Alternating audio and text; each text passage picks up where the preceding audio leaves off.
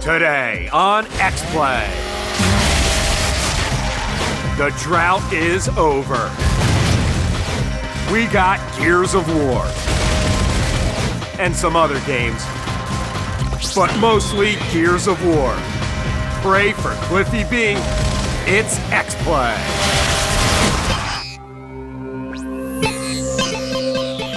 Prepare to be reviewed. Adam Sessler, Morgan Webb. Prepare to be reviewed. Prepare to be reviewed.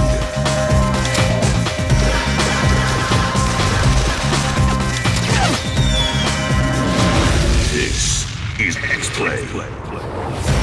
Working for the weekend, it's Adam Sessler and Morgan Webb. Hello and welcome to X-Play. A television show. Our television show.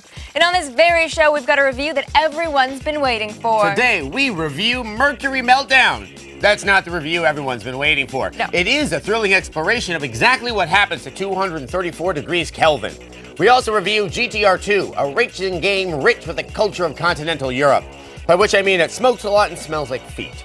Again, not the waiting thing. The big waiting title, why, that's Gears of War, the third-person shooter from Epic Games, which may just be the great hope to turn the 360 into a must-buy console. We have been waiting for this title with much hope, and it's here, it's finally here, and we're going to tell you whether your hopes will be crushed. Now, since it's such a big game, we've decided to break up the review. Later in the show, we'll give you a full review of the multiplayer game, but for now, here's our review of the single-player mode for Gears of War. O-M-F-G.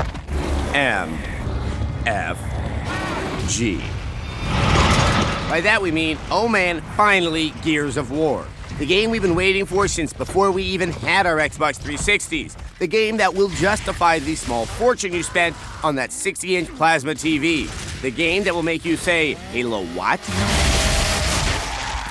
Okay, maybe that's a little too much hype, but the folks in Redmond should breathe a sigh of relief because Gears delivers on all its lofty promises of innovative shooter gameplay and true next-generation graphics. In short, Gears of War is the masterpiece everyone but Kaz Hirai has been hoping for. So, why is it so great? It starts with the story. You are Marcus Phoenix, disgraced soldier from the elite Gears unit who was freed from prison in one last desperate attempt to fight off the Locust Horde. Welcome back to the Army, soldier. A monstrous race that rose up from inside the Earth-like planet Sarah years before to bring humanity to the brink of extinction. All the requisite twists and turns are thrown into the plot, never seeming too ridiculous or strange. And the Gears that fight alongside you in your four-man squad are given just enough personality to stand out without being stupid caricatures. Who loves you, baby? The destroyed beauty of the world of Sarah, a once noble society teeming with culture and art, now reduced to rubble, acts almost as another character in the game, with detail only made possible by the power of a next-generation console like the 360. Oh, how I love you, pixel shaders! You'll battle your way through its glorious ruins, sometimes on branching pathways that offer a little replayability to the single-player campaign. But what really stands out about Gears is the gameplay. Far from relying on the conventions of your standard FPS or third-person shooters, Gears takes the best of those games and creates something new. A new kind of gameplay that truly blends action and strategy as well as fun and realism. The designers call it stop and pop. You stop at cover and pop your head around corners or over obstacles, much as you would if you were actually being shot at by a huge beast-like creature wielding automatic weapons. Or so I'm told. Using cover is crucial, and is the thought behind the game's entire control scheme. The A button is your all-purpose don't get shot button, allowing you to duck behind cover, move from cover to cover, jump over stuff, and my favorite, run like a roadie at Ozfest. That was fun, let's do it again. Okay, one more time. Okay, now I'm getting queasy. The control scheme in Gears takes a little getting used to, but it won't be long before you're in the groove of running from cover to cover, shotgunning around corners, and lobbing grenades into huge locust-spewing emergence holes. Got it! But even though Gears of War looks great and plays great, it's very, very tough. Enemies play almost like other humans, using cover wisely, flanking your position, and being harder to take down than a bull moose in heat. Or so I'm told. Because it's everything we expected and a little bit more, we give the glorious Gears of War a... What's that? We haven't even mentioned co-op or multiplayer? Well, we're out of time. Fine, we'll be back later in the show with more Gears and that score. Remember, stick around because later in the show, we've got a review of Gears of War's multiplayer mode. And we'll reveal our score for the game. I know it's exciting, isn't it? This is the kind of beta breath mystery that keeps people watching the Miss Teen USA pageant over and over again. Sure, remind me to tell you about the time I kicked the ass of Miss Brabant in 1988. Sure, she may have had a crown, but I had a lead pipe and an excellent place to hide the body. Lead is fascinating, isn't it? It's my favorite post-transition metal. And my favorite transition metal? It's that wily liquid that kept the hat makers of Europe insane for centuries. And now it's got another puzzle game. Here's Mercury Meltdown. As you can tell by that rolling ball of fun, it's puzzle time again. It's time for a PSP journey. A journey of balls. Rocking and rolling. Side-splitting. Obstacle avoiding balls. Or Mercury, as it were. This one's called Mercury Meltdown. But as far as I'm concerned, there's only one Mercury Meltdown. Look at me. I got mud all over my face. I'm a big disgrace. Mercury Meltdown is a follow-up to the previous game titled, shockingly, Mercury. The first Mercury, while fun, was extremely frustrating. It could almost drive you mad. Oh, I just want to go home and ride my bike. I want to ride my bike. Mercury Meltdown is pretty much the same as the original, but bigger and just a little less baffling. Not much, but a little less. However, the game flows well, with a nice regal tilting feel. Getting too close to the sides is not advisable. You don't want to go over the edge with this one. Oh, you think you're under pressure, huh? How about being in the biggest rock band in the world, huh? I have to rock the stage every night. Think Aerosmith does that? Steven Tyler, he's just legs. I'm legs and torso. I'm Freddie freaking Mercury. Go! With over 150 levels here, each one taking place in a secret lab, there's more than enough puzzle-playing pleasure. There's also multiplayer. I'll take you all on. Do you want a piece of Freddie, huh? I'm Prince of the Universe! I'm champion of the world! The game is fun, but it's still exasperating. You better be prepared for Mercury Meltdown. This little thing called love? I just can't handle it.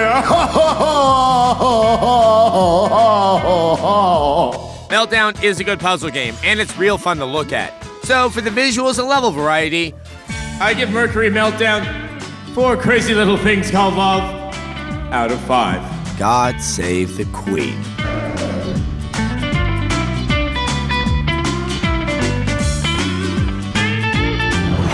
You know, the interesting thing about Mercury is that it's a god, a planet, and an element.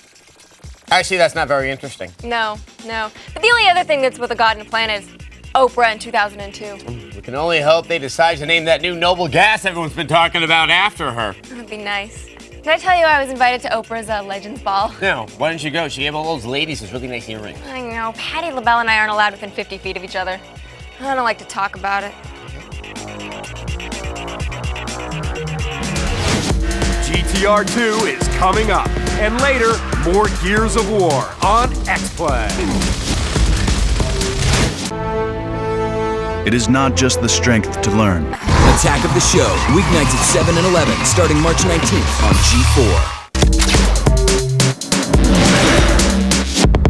G4. They miss Caprica. It's Adam Sessler and Morgan Webb. Back when I was a page in the office of Congressman Mark Foley, I was really into European auto racing. I would spend all my time fantasizing about driving my own Ferrari around the Donington Park. This was mostly to distract me from the excessive friendliness and the emails and massages I was receiving from the congressman. Anyway, here's our review of GTR 2. Racing games fulfill a basic human necessity, the requirement for rapidity. Or, what's the catchier way to put that? The need for speed. Thanks, Tom. Nice Top Gun quote, by the way. Oh, thanks, man. Want to hear another one? Maybe later. I have a review to do here. So lonely and... Just sit in the corner and be quiet for a while. Now, the first GTR was definitely a realistic sim. Its sequel, GTR 2, offers many of the same cars and loads of appeal, but it's more user-friendly than an Amsterdam streetwalker. The game covers the 2003 and 2004 seasons of the FIA GT Racing Series. Think of it like a European NASCAR. Instead of burgers and dogs in the infield, they're cooking osso buco in a white wine sauce with a soupçon of remoulade. While NASCAR drivers go around in circles for hours, the FIA GT Series visits classic road courses that wind through the European countryside. GTR 2 lets you strap into 144 ass-kicking cars. Granted, a lot of the cars are pretty much identical except for the paint jobs. There are 4 separate Ferrari 550s, just like in my garage. The biggest new feature of GTR 2 is the driving school, which offers a number of challenges that'll teach the basics like acceleration and braking. Racing sims hype the realism like actual racers brag about their abilities. There's nothing I can't do with the race car. Well, I can think of at least one thing. Days of Thunder, man. They had these mini quiches that were... Tom, what did I say about the corner? Sit. But... Sit. Okay, then. GTR 2 comes pretty close to the hype. There's dynamic weather, and races can also run from day to night and back again. You can just speed up time so that in your 24-minute race, you, just like Tevye and Golda, get to see both the sunrise and the sunset. Anyway, GTR 2 struts its stuff with some seriously good-looking graphics. Yes, GTR 2 is a hardcore racing sim that will make some gamers rethink that career in motorsport racing. It's still punishing, but its expanded driving school will help newbies get up to speed. In the end, GTR 2 is a game that's more fun for casual racers while still rewarding for the serious ones. Adam, you're glib, Adam. No, Tom, we just really like the game. Which is why we're giving GTR 2 a 4 out of 5. I despise all kinds of auto racing that are not Formula One. I have no real reason for this, but believe strong opinions are an accessory that goes with everything. It's all NASCAR all the time for me, because I love America. I also resent America and often question its judgment. But just because you're confused by something doesn't mean you can't love it. Like me. Coming up next, Gangs of London on X-Play.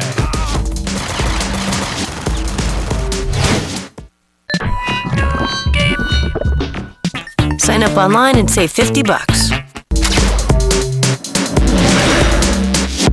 Still working on their water bending, it's Adam Sessler and Morgan Webb.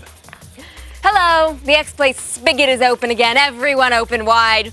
Spigot. It's one of those fun British words like loo or lorry or decorum that just mean nothing to our more important virile nation. But it's still fun to enjoy the quaint ways of America's uptight, sexually repressed, much rained upon cousin, like their exquisite underworld. Here's our review of Gangs of London. Hey gang, gather round. Pints on me. There's a game that's got a story to tell. The boss is irritated, like a virgin who has been serviced by many men. It's a tale of happy friends, powerful attractions, Who's a good girl then, eh? and mysterious expats hailing from wildly exotic postal codes. We cannot get involved with 2 halves of a body in the boot. Welcome to Her Majesty's tea, steeped in the historical hot water of Western civilization. And if this London's a lady, get her a drink. Gangs of London for the PSP introduces you to an underworld drama told in comics form. Choose your gang, see a little backstory, and boom, you're up the apple and pears. That's Cockney slang for stairs. Cockney is a linguistic parade where meaning masks itself in clever, seemingly disparate rhyming words, like dead. In Cockney, that's brown bread, like this guy.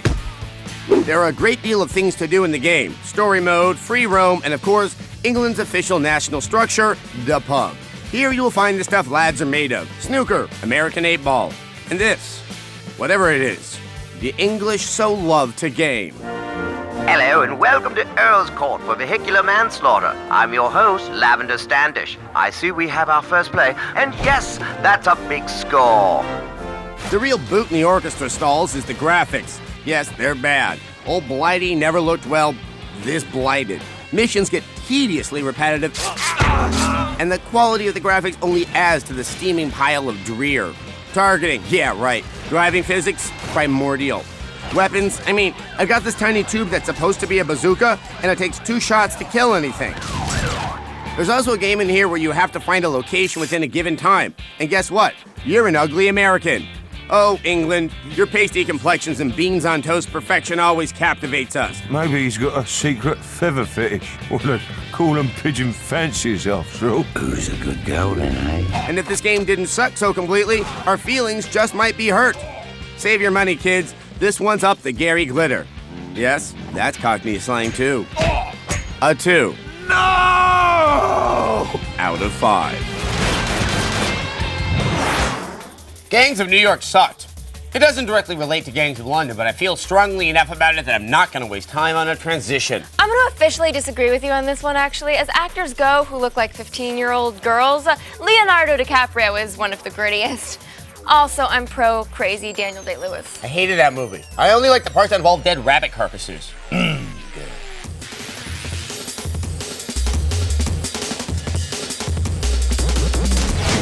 In a moment, more Gears of War on X-Play. Attention all gamers, X-Play is now interactive and in prime time. Join Adam and Morgan for game reviews, live on-screen chat, and video viewer mail. Weeknights at 8, only on G4. Ninja Warrior. Weeknights starting March 19th at 6:30 and 10:30, only on G4. They'd enjoy some nice grain alcohol. It's Adam Sessler and Morgan Webb. Welcome back. We'd like to offer you some of our scrumptious X-Play. Earlier in the show, we reviewed the single-player mode, Gears of War, Epic's new third-person shooter, which truly earns the rare appellation, Bitch Cakes. Now we're heading back to tell you what we thought of the multiplayer aspect of the game and give you our final score. Once the amazing single-player portion of Gears of War is done, what's left? Well, how about playing through it again? But this time, crank up the difficulty and bring a pal. Or at least someone who accepted your friend request on Xbox Live. The entire campaign is available for co-op play, both online and split screen. The second player controls Marcus's friend Dom, and together they can shoot and stomp their way through the insanity difficulty level. Just get the fun. Which is borderline impossible to play solo. Get in there and flank that nest. We'll cover. 2 heads are better than 1 after all, and 2 hammers of dawn are just about unstoppable. There really should be more online co-op in gaming.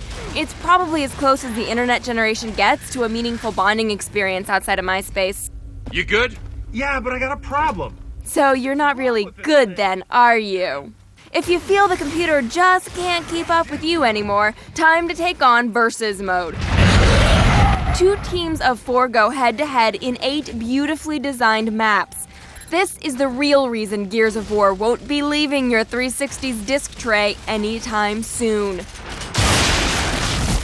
There's no capture the flag or king of the hill or any of that lightweight crap. Just 3 variants of knockdown, drag-out, rocket-launching, chainsaw-slicing, head-stomping deathmatch. Warzone is the standard kill-them-before-they-kill-you game. Assassination gives each team a leader who must be protected at all costs. Remember, you are expendable. Rank is everything.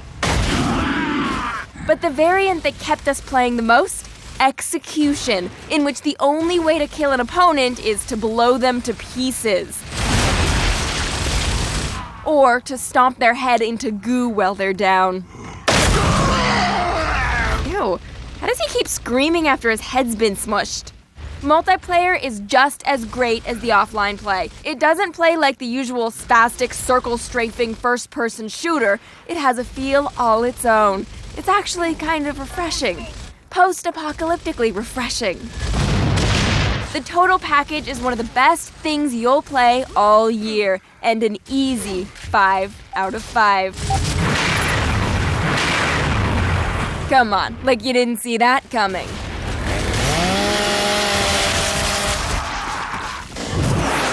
Please enjoy this handcrafted X-Play replay. Mercury Meltdown got a 4 out of 5 for playful physics and innovative design and helps the DS to earn his title as the king of puzzle games. GTR 2 got a 4 out of 5 because for a slightly boring racer, it satisfies with a diversity of cars and realistic physics.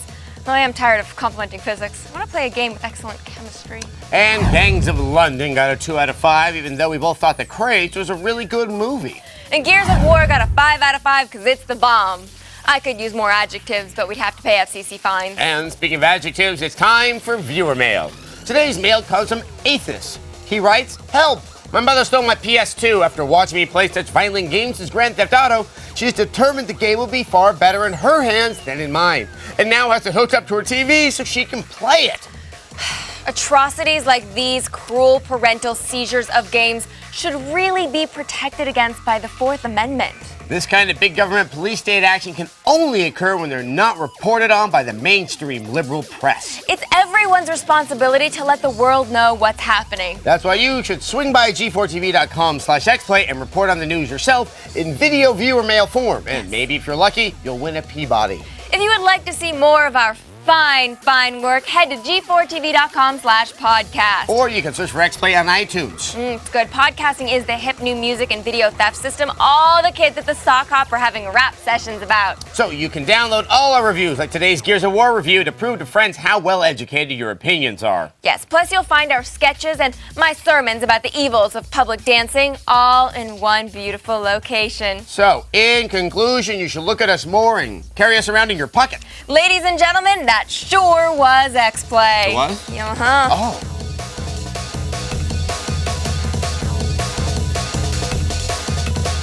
Today on XPlay.